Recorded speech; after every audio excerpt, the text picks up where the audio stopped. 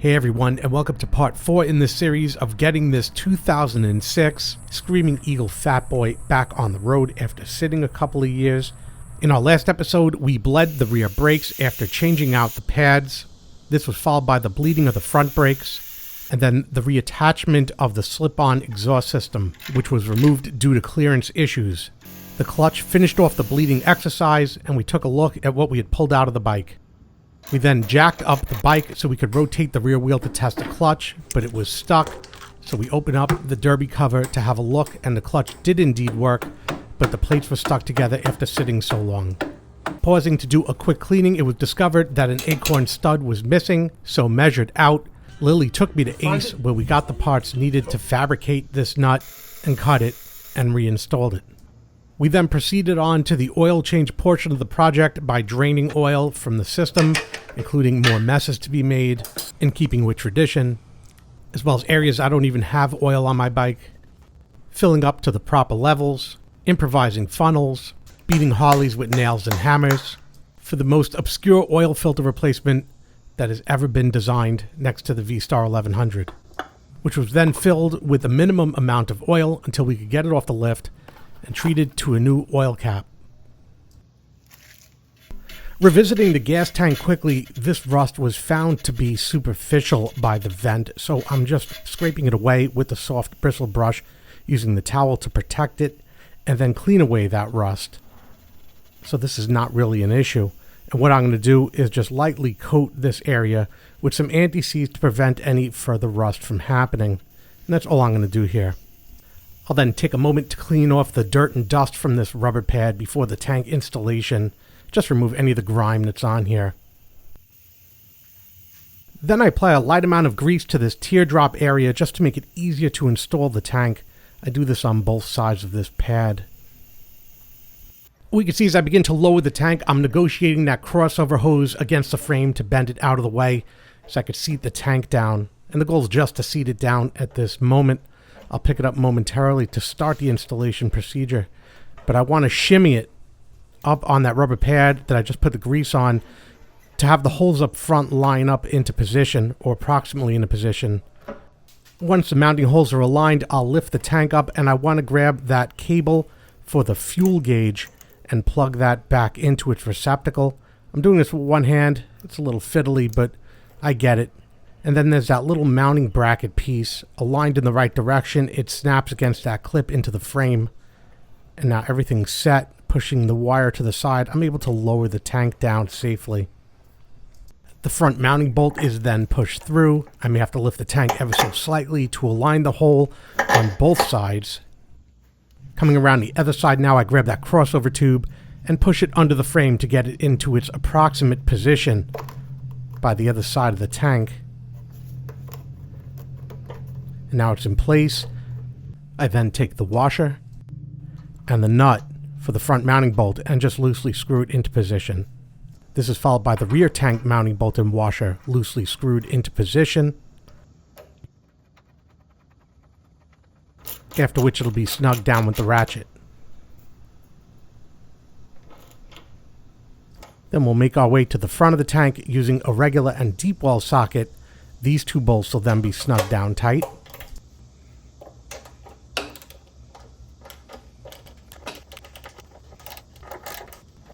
Completing the mounting portion of the tank. I'll inspect the quick connect connector for the fuel line. Everything looks good, so I'm going to connect it now to the fuel tank. Pushing up on the fuel tank portion of the connector, I push the connector in, and it snaps back down, verifying that it fits good. We move on with the insertion of the vent hose to the top front of the fuel tank. Should slide right in, especially with the anti-seize, should make it really easy, and that's it. I'll be reconnecting the crossover hose now. First, I'll be grabbing an appropriately sized hose clamp. This is a crimp kind. I'm going to seat the hose all the way up into its original position. Then bring the clamp over the barb fitting, and using a crimper, I'll crimp it down, and this will make for a secure fit. That hose isn't going anywhere. We've picked up a new air filter in our order. This will be a significant improvement for the bike based on the one that we've pulled out of it. So we're going to install this now. Everything lines up good. The adapter bracket has been cleaned up. I'll align it to the air filter. We'll place it on now. And it will be resecured with the 3 screws.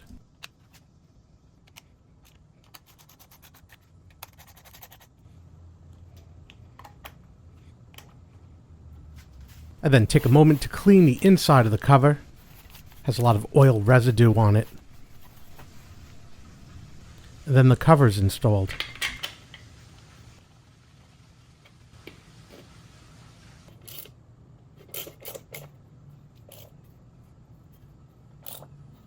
It's starting to look like a finished motorcycle. I can now reinstall the fuse for the fuel pump, so I place that in now. And follow this with the fuse box cover. There's sort of a track that the back sits in. It doesn't actually like snap shut. It just falls into place.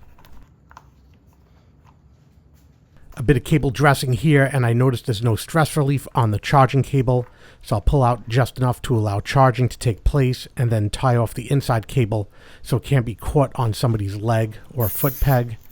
Tie that down with a cable tie, as well as a couple other cables in here that I'm going to clean up. I'm going to make the gauge cluster installation a lot easier than its removal, also making the camera viewing a lot easier by actually lowering the bike this time. I don't know why I didn't do this last time.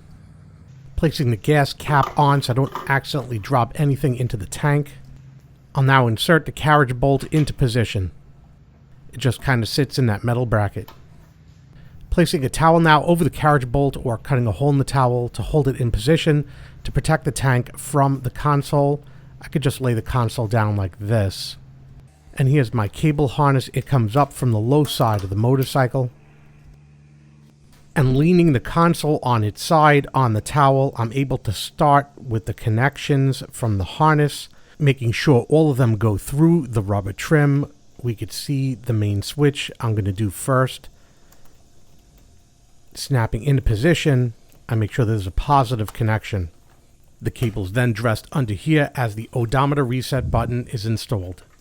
Here is the indicator lights connector. I'll plug that in next. These are all keyed, so they can't go in the wrong connector or in the wrong direction. Next is this green cable I'm plugging into the back of the speedometer, making sure that it is positively connected. And this purple cable down here plugs into the fuel pump, making sure that it as well is connected properly.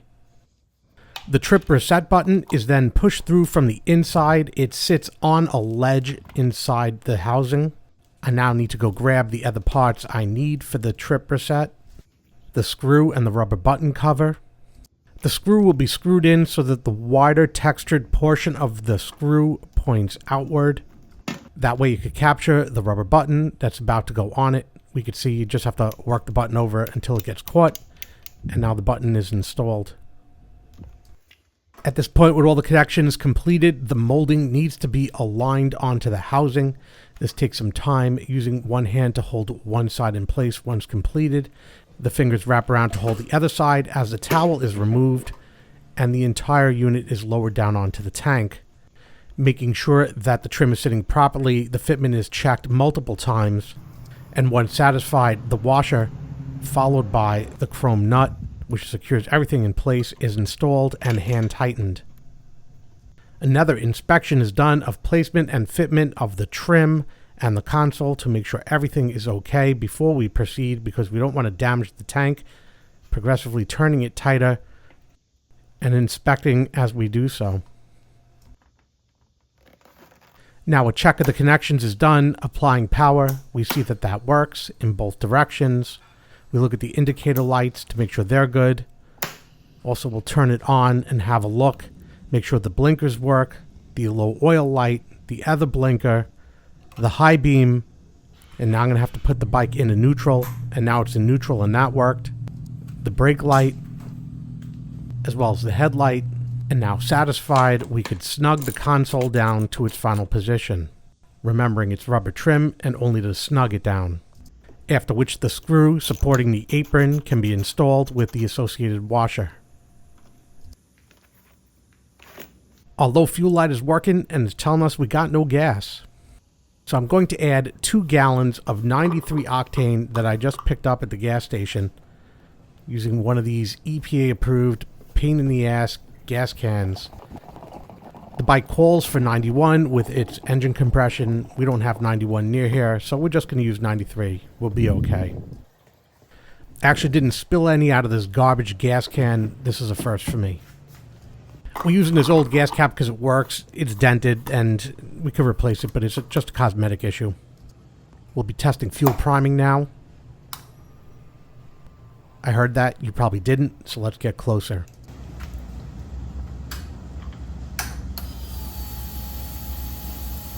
What you hear is the fuel pump running for a couple seconds till no ignition is detected, and then it shuts back off. The way the system is designed, any overpressure fuel is just sprayed back into the fuel tank after the pressure regulator. We can see that right here as I turn it on. The fuel pump generates more pressure than is needed, so it just blows off that pressure right back into the tank. This is perfectly normal for this setup. The bike has been left on the charger overnight for today's big event. Double checking that the bike is currently in neutral. We're going to kick things off and start it up, and I expect there to be a lot of air in the system, so it's going to take several tries. And I'll give the starter a few seconds rest between tries.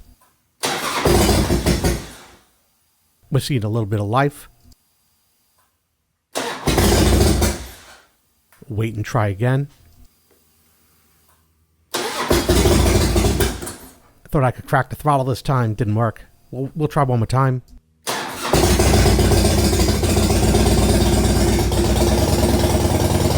Having purged the air out of the fuel system, it's running just fine.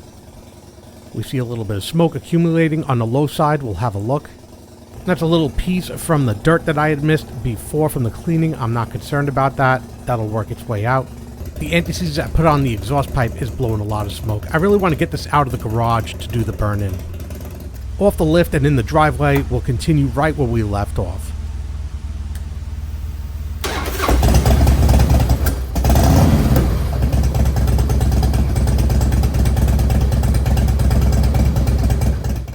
I'm checking for strange noises, any leaks, any weird sounds, throttle response. Also, I was checking the oil, but the dipstick that I have, the aftermarket dipstick, is not the right size. I don't know why they don't know that when they make them, but it does make checking the oil more difficult if you don't know what the level's supposed to be. Be that as it may, we were able to get the right amount of oil in there once the bike came to full temperature. Too much oil in these bikes is almost as bad as not enough oil in these bikes. So having enough, and once the bike comes to temperature, adding the amount of oil till it's correct is critical. I really don't want to install the seat back on the bike, but I don't have another one available. It looks really uncomfortable. There was no washer with this bolt, so I pulled one out of my spare AMF supplies. So this bike is now part AMF, and it's better for it. This motorcycle is now fully assembled. The most critical ride was the first 2 miles to the gas station, make sure everything's operating properly. I didn't want to be distracted with cameras, adding another 3 gallons for a total of 5 gallons in this tank. But we could see with a full tank as I turned it on and speed things up that the gauge did go perfectly to full and the low fuel light did cut out. After that 2-mile run, the bike was completely inspected for any leaks, any issues that I could find. There were no strange noises. We looked at the oil level again, and the oil level was good, even though this dipstick length is, pretty much useless. I have the mount for the Insta360 installed. We can now go on our test drive. First couple miles on the road, paying close attention to any weird sounds, squeaks, suspension issues, anything that's out of the ordinary. And it is like 98 degrees outside today. I'm just wearing this windbreaker here to keep the sun off me, but it is really too hot for anything else. And I don't usually look for really hot days to test drive, but this bike did have overheating issues, so we're going to test that out, as well as shifting, downshifting, upshifting, trying to find neutral, checking the clutch, the brakes, everything in this beginning part here, and make a determination if I got to turn around early. But I'm not seeing it, so we're going to get off the main drag and go onto the back roads. I'm going to try some downshifts and upshifts. If there were any issues with the amount of oil that were in the primary, it could show themselves with downshifting and upshifting. but everything seems good. Slowly laying onto the throttle in the lower gears. Doesn't show any issues with misfires or anything like that. The power seems good on this bike, so I'm alleviated of any concern that there might be any continuing or existing engine issues. As I edit this video now, it had occurred to me that this is the only footage of me ever on a twin cam, let alone anything newer than a shovel head, aside from the Yamaha. So as far as Harley Davidson goes, this is the newest bike I've ever been recorded being on. Thought that was interesting. By the time I got way out there, it was a safer environment to really start testing the brakes, not worrying about any traffic in front or behind me. And when I did this, I felt like the rear brakes weren't perfect, like there was something wrong. At one point, I actually pulled over to do a visual inspection. While I understood the characteristics would change a bit over time as they were brand new pads, something just didn't feel right to me. I actually walked it back to see and ensure that they weren't locked up in any way with the bike in neutral. And satisfied they weren't locked up, I could continue on. But that's something I was going to look at closer when I got back. So I dropped it back into gear, went and checked my mirror, and then proceeded onward with my test.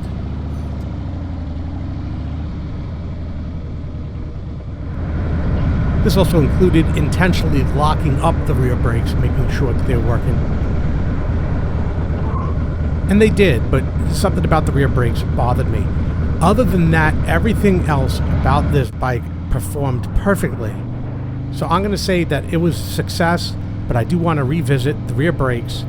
And as I return home, I conduct again a thorough inspection. Everything's at full temperature, checking for leaks. Everything's looking good. We've put on about 40 miles on this bike, just under 40 miles. And I see no continuing leak under the rocker box right here.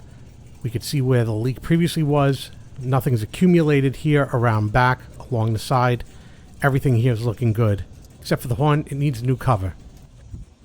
The oil was checked one final time and found to be at the optimal level. Took a minute to print my friend a QR code keychain with his name on it. The QR code takes him to a link for this series of videos. If anything, it'll make for a little conversation piece because you can just hold your camera up to it and it'll open up YouTube and take you right to the full series. And I thought it was kind of cool, so there's that. I'd left the bike on while checking the mileage and went away for 5 full minutes and was not able to restart the bike. Had to put it on the charger to get it going again. So I picked up a new battery to swap out, and using a 10mm, I started disconnecting the screws on this battery. This one had enough voltage to start the bike, but it doesn't have much capacity. Masking tape will hold the bundled wires together as I remove them from the terminals. A lot of these wires aren't standard, and I don't need it dropping under the frame while I'm working. Lifting up the battery, which is apparently held down by nothing, allows me to remove the screw from the front and the main negative lead. Same procedure will apply for the positive terminals. And after ensuring that all the wires have cleared, I'll just pull this battery straight up and out of the motorcycle. 5.5 year run, that's impressive. We got no leaks, no damage, nothing like that, it's just old. An inspection of the battery tray shows it to be in reasonably good condition. So we'll begin our new battery installation, which will lower right into place. Comes with supplied parts. I started with the positive terminal and attempted to work everything from the front, and it didn't work out. It was a bad scene.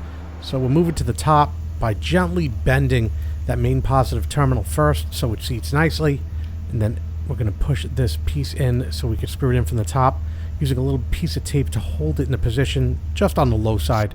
And now I'm going to screw everything down, and that's going to work out real nice instead of from the side. Snug it down and remove the piece of tape, and the positive side's done.